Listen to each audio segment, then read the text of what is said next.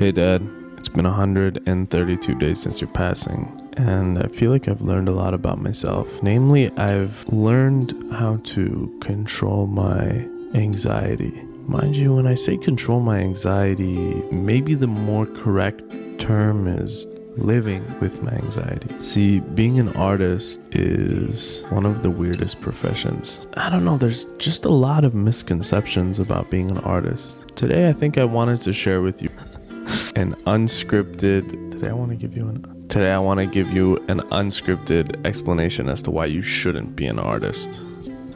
First of all, the emotional valleys and peaks are so far apart from each other. I find that the highs are so overwhelmingly high and the lows are so incredibly dark that finding some sort of balance or normalcy in your life can be difficult. You know, one day you're dropping the album you worked 2 years on. You know, your phone gets flooded with congrats and, you know, your social media is popping off. Your streaming numbers are doing really well. And the next day you wake up at 2:43 and you haven't made anything in a week. You start to get in your own head a little bit about like, how good is my stuff really? Which kind of brings me to number 2, this whole self-judgment thing. It's really complicated and variable from person to person, but by and large, we all judge each other and ourselves, especially in the arts. I think the peak state of any artist is creating and not judging themselves and not judging others and not comparing yourself to others. And I've definitely found myself more in that direction. However, it's not always like that. Sometimes you feel emotionally weak and you start self-sabotaging by doing that. It's not a very productive thing to do, for sure. Number 3 is finding a sense of normalcy. Now, I talked about finding emotional regularity in the highs and the lows, but one thing that is important to consider is that finding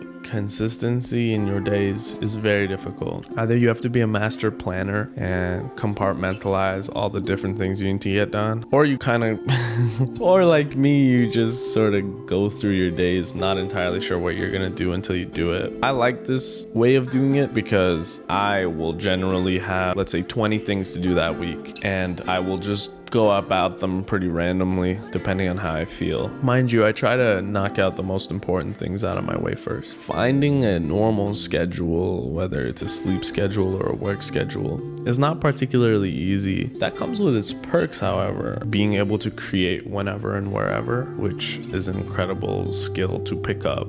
But it can be frustrating, I think. It's very tough on your brain. The last thing I can think of right now, besides the obvious ones of job security and money and whatever, is the wild difference between your workload when you're working and the workload when you're in between projects. That workload difference is very similar to my number 1 point, where the peaks are really high and the valleys are really low. Sometimes you might have a day where your entire regimen of making art is studying or just reading something or watching something or taking inspiration in, going for a walk, thinking about things, writing things out. Those are pretty low impact days, but other days I don't know, in my instance, there's days where I'll be shooting a music video and it'll be 4 16-hour days back to back. And those days really teach you how tough you are. I think not a lot of people know how tough they truly are. The last one that I'll say is vulnerability.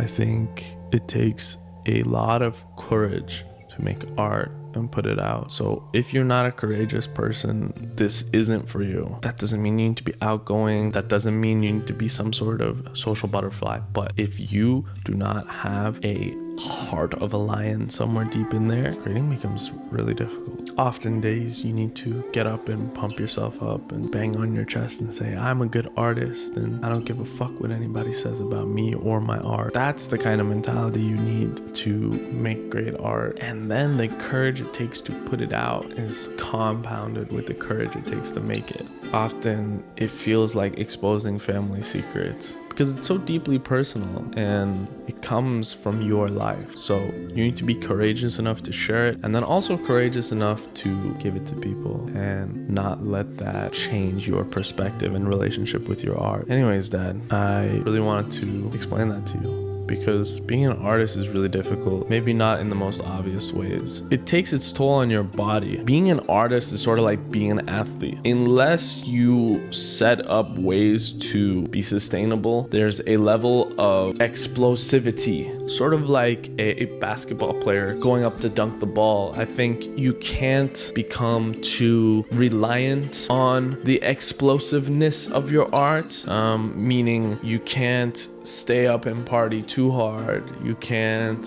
do too many drugs. You can't always have the pedal down, even though some of the best art does come from the pedal being down. And of course, sometimes that pedal does need to go down, but finding a way to keep your feet off the pedal a little bit will allow you to cruise a little further. So just like that basketball player can't pattern his entire game around his athleticism, artists can't make their entire being go, go, go, go, go, go, go, or else by the time you're 32, your mind and your body will break down. So just like an athlete, you need to think ahead and be smart about the choices you make, both career choices, but also financial choices and artistic choices. Thanks for listening to me talk, Dad. I will see you tomorrow, hopefully. And as always, bye.